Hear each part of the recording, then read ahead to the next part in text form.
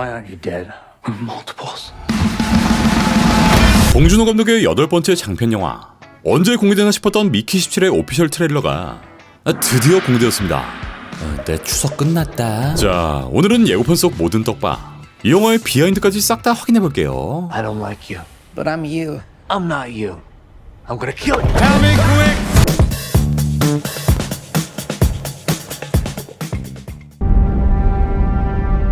Hi, Mickey. Are you experiencing any vertigo? Guess I am feeling a little dizzy. Oh, wow. Did you see that? 우주를 지나가는 한 대의 기체. 주인공 미키의 상태를 체크하는 한 여자의 음성. 미키는 방금 막 우주로 나와 특정 임무를 수행하려는 것으로 보이는데, 이때 미키의 손목을 날려버리는 물체. Now, I wouldn't be surprised if you're thinking at this point, what have I done? How lucky can one guy be? 그렇게 우주를 둥둥 떠다니는 미키의 손을 배경으로 미키 17의 예고편이 시작됩니다. 주인공 미키의 삶은 이렇게 소모품의 역할, 식민지 개척본부의 일회용 직원으로 아주 고통스러운 상황을 맞이할 수 있는 정찰 임무, 약물 테스트, 그 밖에 수많은 위험 상황에 투입되지만 죽기 직전에 기억을 백업하고 다음 복제인간으로 태어나는 임무를 수행하게 됩니다. 원작에선 총 7번의 죽음을 맞이했지만 본 감독은 여기에 10번 더, 총 17번 죽는 미키의 설정을 부여하고요. 영화 속 사망한 미키는 이 용광로에 버려지고 이윽고 미키 머신을 통해 다시 태어나게 됩니다. Nothing was working out and I wanted to get off of Earth. You're planning to be an expendable? Yeah. You read through the whole application. 이외에 보이는 한 건물, 여기엔 수많은 지원자가 길게 줄을 서고 있는 모습인데, 왼쪽에 보이는 플랜카드를 자세히 보면 이 식민지 개척지의 최고 사령관 헐크가 연기하는 마샬이 보입니다.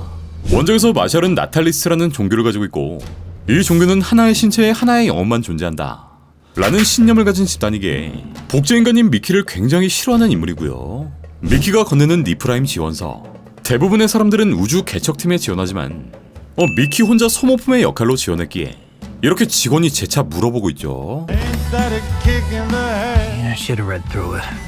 Once you die, we'll print a new version of your body. My head keeps. 이후 미키가 소모품으로 활동하기 전 이렇게 고통스러운 복제인간 작업이 시작되고, 이제 미키는 돌이킬 수 없는 익스펜더블이 됩니다. They made me work my ass off on one mission after another. Every time you die, we learn something new, and humanity moves forward. 미키에게 아카디라는 물질이 투입되고, 여기서 인사를 건네고 있는 여자, 원작 속 미키의 여자친구인 나샤도 보입니다. 원작에선 미키 3 때 나샤를 만나게 됐는데, 그렇게 계속 죽다 살다를 반복하는 미키. He's alive. It's fine. My life is gonna be. 그중 몇 번은 이렇게 아직 살아있긴 하지만 큰 부상으로 차라리 죽여야 하는 상황이 오기도 하죠. Mickey, it's not looking very good for you. Yeah, no. I'm sure you're used to it by now, but what's it feel like to die? 이후 어느 한 설원에 투입된 미키. 여기서 스티븐 연이 맡은 그의 동료 베르토가 그를 바라보고 있는데, 원작에서 베르토는 2m 가까이의 엄청난 피지컬, 스포츠 챔피언 출신의 인물로 나오지만 이번 영화에선 이 설정은 빠지고 운전을 잘하는 프로 조종사 정도로 나오지 않을까 싶고요. 이후 구덩이에 떨어진 미키를 바라보는 누군가. 니프라임의 괴물인 크리퍼 무리가 미키를 노리고 미키에게 죽는 기분을 물어보는 베르토. Even on my 17th go around, I hate dying. 그렇게 미키는 크리퍼에게 먹힌 듯 싶었으나 이 다음 장면을 자세히 보면 이 굴 밖으로 미키를 빼내고 있는 이들, 모종의 이유로 미키를 살려줍니다. 결국 미키는 근처 정찰기에 의해 구조되고,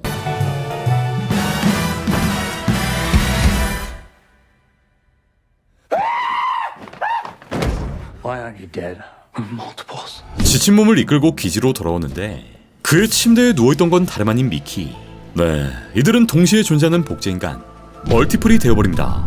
원작에서 이 멀티플이라는 이름은 등장하지 않았지만 이번 영화에선 미키 말고도 여러 멀티플이 존재하며 이 식민지의 사령관인 마샬이 이들을 배척하는 스토리를 보여주겠죠.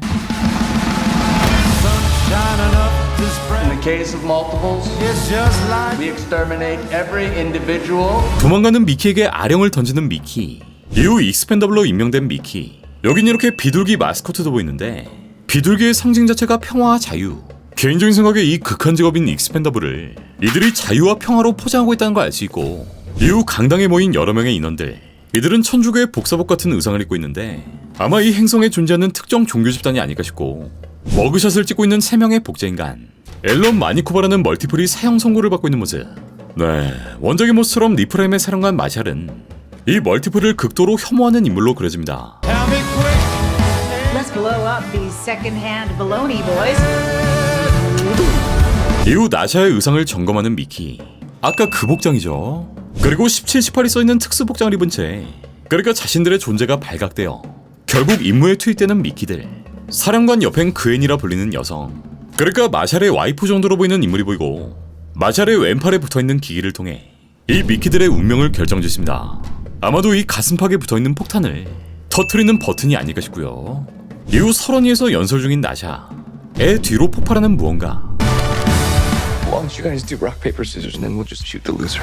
Tell me quick. 정찰기를 조종 중인 베르토. 이후 철창 안에 갇혀있는 미키에게 가위바위보에 진 사람을 쏘겠다만 하는 베르토. 여기서 쏘는 건 미키를 죽이는 총이 아닌 어딘가로 데려가기 위한 마취총이란 거 알 수 있죠. 어쩌면 원작에서 절친이었던 베르토는 이번 영화에선 배신자로 그려질 수 있겠네요.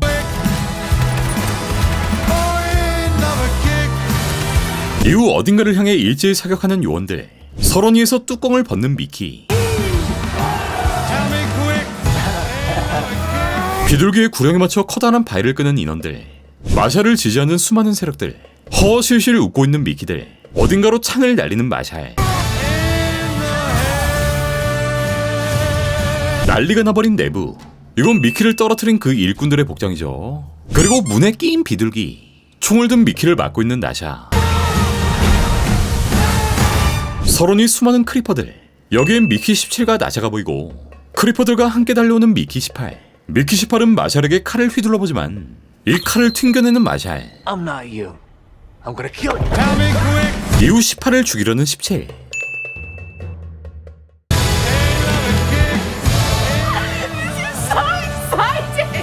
두 명의 미키를 얻고 좋아 죽는 나샤. 네, 원작에선 3썸 장면이 등장했는데 각색 없이 그대로 가져오는 것 같고요. 이후 크리퍼들에게 끌려가는 미키 17의 모습을 끝으로 미키 17의 예고편은 모두 끝이 납니다. 자, 정말 정신없었던 이번 예고편. 개인적인 생각에 새롭게 등장한 여러 인물들, 일부 설정들을 확인해봤을 때 봉 감독만의 스타일로 원작을 재해석하고 여러 내용들을 각색한 것으로 보입니다. 실제 원작자 에드워드의 인터뷰에 따르면 봉준호 감독이 본인에게 당신이 350페이지의 책을 썼지만 전 120페이지의 대본을 쓸 겁니다 라는 말까지 남겼기 때문에 실제로 많은 각색이 이뤄진 것으로 보이고요. 하지만 기본적으로 인류가 식민지를 만드는 과정, 그 중심엔 이번 영화의 배경인 리프라임이 그대로 존재하고 누구도 꺼려하는 익스펜더블로 지원한 미키의 모습, 복제인간 멀티플을 극혐하는 사령관 마샬의 모습까지 원작의 고유 설정도 그대로 가져옵니다. 결국 이들이 후반부엔 특정 선택을 하게 되고 굉장한 반전 요소 또한 등장하는데, 원작은 반물질의 블루스라는 후속작으로 이어졌지만 봉 감독이 후속작을 다룰 여지는 없어 보이기에 이번 영화는 원작과는 다른 예상할 수 없는 결말이 이어지지 않을까 생각됩니다. 지난 4월에 진행된 시네마콘, 현장에서 영상을 본 관객들의 인증글에 따르면 다소 어두운 분위기일 거라는 예상과는 달리 이 영화의 장르는 SF 코미디였다. 개인적으로 이 평가는 기생충과 많이 닮아있다는 생각이 들었고요. 시네마콘에서 공개된 최고의 예고편이다. 복제인간 미키는 우주 파편에 팔다리가 잘리고 외계인에게 잡아먹힌 등의 묘사도 볼 수 있다. 수십 번의 복제를 거친 미키. 미키 17은 팀의 일원이 돼 기뻐하는 캐릭터지만 새롭게 태어난 미키 18의 경우 통제할 수 없는 사악한 형제로 묘사된다.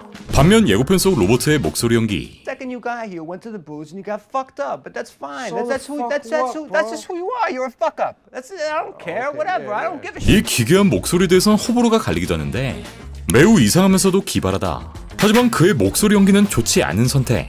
이라는 소감을 남기기도 합니다. 네, 스포가 될 수 있기 때문에 원작의 디테일한 내용들을 말할 수 없지만 정반대의 성격을 가진 미키 17과 18, 이 두 명이 영화의 중심을 잡을 것이고 그에 따른 로버트의 1인 2역, 둘 사이 벌어지는 다양한 사건들을 볼 수 있겠죠.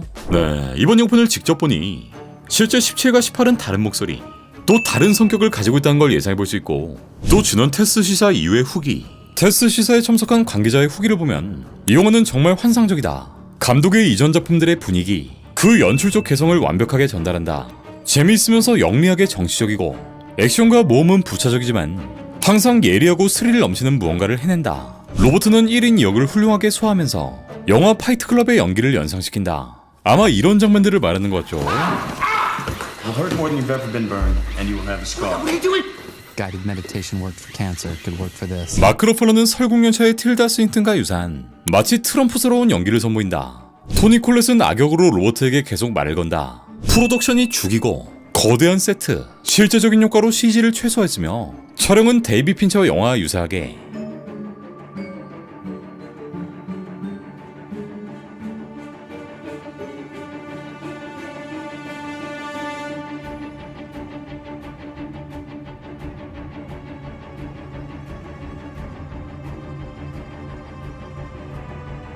아주 죽여준다. 정말 대단한 경험이었다. 라고 밝힙니다. 이번 영화는 북미에선 1월 31일, 국내에선 1월 28일 개봉되며 알려진 러닝타임은 2시간 19분, 2시간 11분이었던 기생충, 2시간 1분이었던 옥자, 2시간 5분이었던 설국열차보다 더 긴 역대 필모 중 가장 긴 영화가 됩니다. 제작비는 1억 5천만 달러. 네, 그야말로 헐리우드의 엄청난 제작비인데 앞서 개봉한 듄 파트 2의 제작비가 1억 9천만 달러, 조커 폴리아드의 제작비는 2억 달러, 퓨리오사가 2억 3천만 달러 수준이기 때문에 무려 1억 5천만 달러를 태운 이번 영화 또한 워너가 작정하고 만든 영화란 건 분명한데 일단 개봉까지 남은 기간 동안 이 영화를 어떻게 홍보할 것인지, 이 영화의 홍보에 얼마나 박차를 가할 것인지 쌍심지를 켜고 지켜봐야겠고요. 이번 영화엔 로버트 패틴슨을 시작으로 나오미 에키, 스티븐 연, 토니 콜렛, 마크 러팔러 등의 쟁쟁한 배우들이 모두 캐스팅되었고 제작사는 브래드 피트의 플랜 B가, 음악 감독엔 옥자와 기생충의 정재일이, 촬영 감독엔 세븐의 다리우스 콘지가 참여하며 이 작품을 더 풍성하게 채워나갈 예정입니다.